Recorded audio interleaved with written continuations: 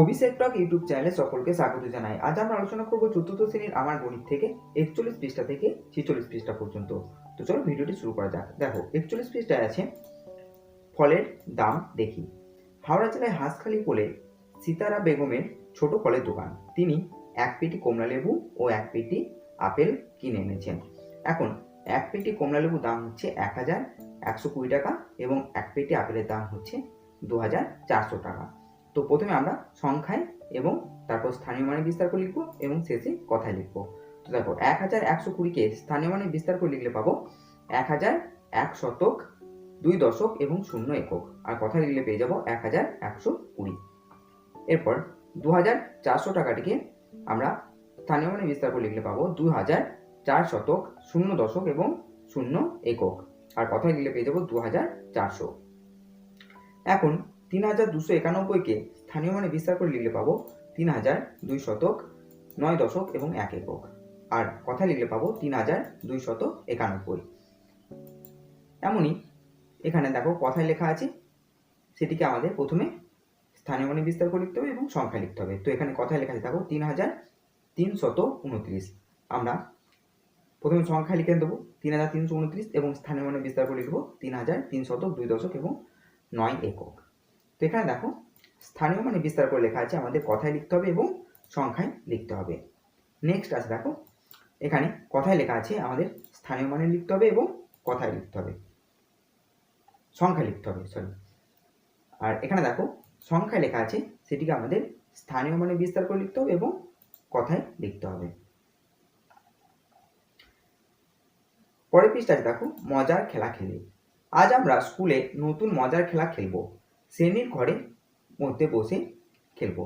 তো এখানে বেসিক্যালি যে জিনিসটি বলা হয়েছে সেটি হচ্ছে দেখো যে বাম দিকে শূন্যের কোনো কিন্তু দাম নেই, অর্থাৎ বাম দিকে শূন্য দিয়ে সংখ্যাটির যেই মান হয় বাম দিকে শূন্য না দিয়ে সংখ্যাটির ঠিক একই মান হয়। যেমন ধরো এখানে আছে 0 1 2 3 বা 123, এর যা মান আর শূন্য না দিয়ে 1 2 3 অর্থাৎ এই 123-এর মান কিন্তু একই, অর্থাৎ 0 50 যা মান শুধু 50-এরও কিন্তু তাই মান। এই পেজে এটাই বলা হয়েছে। এখন আমরা নেক্সট পেজে চলে আসবো। এখানে বলে থাকো সংখ্যা করি। কোনো অঙ্ক একবারের বেশি না নিয়ে 2 5 6 0 দিয়ে যে কোনো 7টি সংখ্যা 7টি 4 অঙ্কের সংখ্যা তৈরি করে বড় সংখ্যায় সবুজ ও ছোট সংখ্যায় নীল রং দিই। তো আমাদের 2 5 6 0 দিয়ে সংখ্যা গড়তে হবে। তো দেখো প্রথমে করা আছে 2560, এরপর করা আছে 6502, এখানে নিচেদের কথাই লেখা আছে। এরপর করা হয়েছে 6052, এরপর 6025, এরপর 2056, 5260, 5602, 6520। তো এখানে সবচেয়ে বড় সংখ্যা হচ্ছে এটি 6520 এবং সবচেয়ে ছোট সংখ্যা হচ্ছে 2056।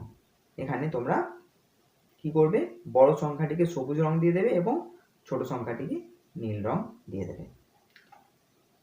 এরপর আছে দেখো যে কোনো অঙ্ক একের বেশি বার নিয়ে 3 4 7 দিয়ে 7টি 4 অঙ্কের সংখ্যা তৈরি করে বড় সংখ্যায় হলুদ ও ছোট সংখ্যায় আকাশি রং দিই। তো দেখো 3 4 7 দিয়ে আমরা একের বেশি বার নিতে পারি কিন্তু, ঠিক আছে।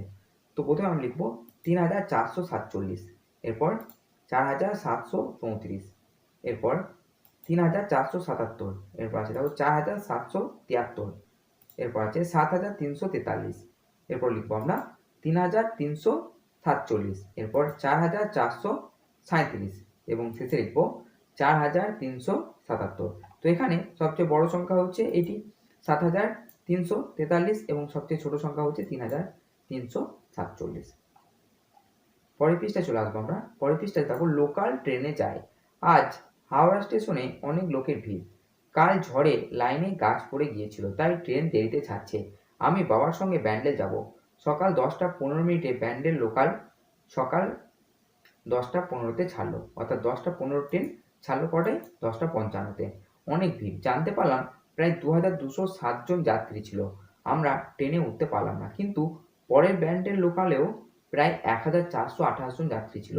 অনেক চেষ্টা করে ট্রেনে উঠলাম। তো দেখো, প্রথম ব্যান্ডের লোকালে যাত্রী ছিল কতজন? 2207 জন। এখানে দেখো স্থানীয় মানে বিস্তার করে দেওয়া আছে, হাজার, শতক, দশক এবং একক, এভাবে স্থানীয় মানে বিস্তার করে দেওয়া আছে। আর দ্বিতীয় ব্যান্ডের লোক ছিল 1428 জন।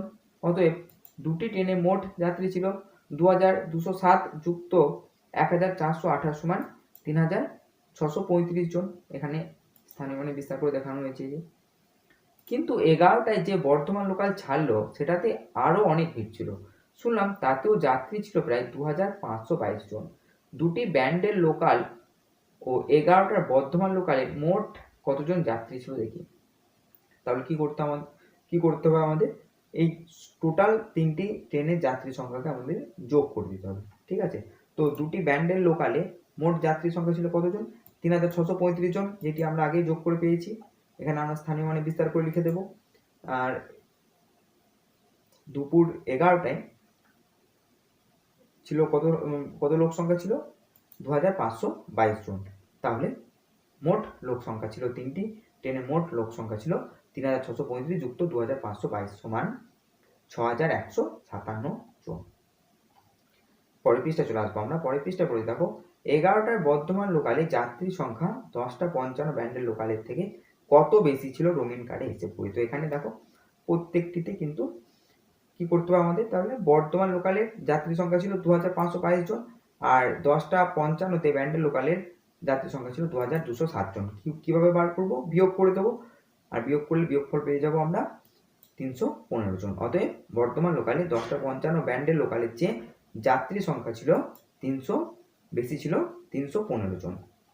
এরপরে দেখো, দ্বিতীয় ব্যান্ডের লোকালের চেয়ে প্রথম ব্যান্ডের লোকালে কত বেশি যাত্রী ছিল তার রঙিন কার্ডে হিসেব করে দেখি। তো প্রথম ব্যান্ডের লোকালে যাত্রী ছিল 2207 জন, আর দ্বিতীয় ব্যান্ডের লোকালে যাত্রী ছিল 1428 জন। কিভাবে পাবো? বিয়োগ করে দেবো, 2207 থেকে 1428 বিয়োগ করে দেবো, বিয়োগফল পেয়ে যাবো 779 জন। অতএব প্রথম ব্যান্ডের লোকালে দ্বিতীয় ব্যান্ডের লোকাল থেকে 779 জন যাত্রী বেশি ছিল। নেক্সট দেখো, রঙিন কার্ড দিয়ে যোগ বিয়োগ করি। তো 2235 যুক্ত 870 যুক্ত 55 সমান হচ্ছে 3160।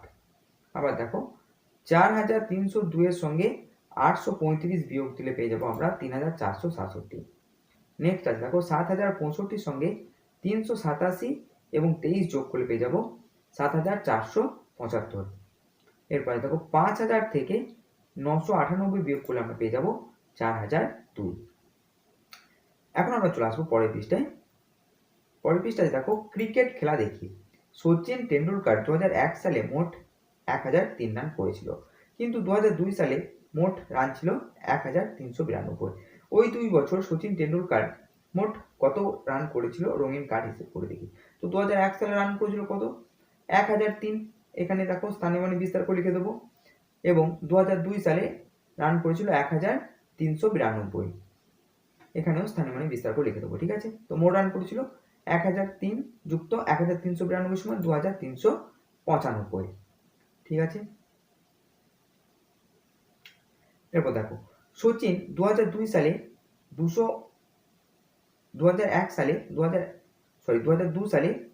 সালে থেকে কত বেশি রান করেছে তার রঙিন কার্ডে হিসাব করে দেখবো। তো সচিন 2002 সালে রান করেছিল 1392, স্থানীয় মানে বিস্তার করে লিখবো, এবং 2001 সালে রান করেছিল 1003। তো 2002 সালে কতটা বেশি রান করেছিল? আমরা কি করবো? 1392 সঙ্গে 1003 বিয়োগ দিয়ে দেবো। তো বিয়োগফল কত পেলাম? 389। অতএব সচিন 389 রান বেশি করেছিল।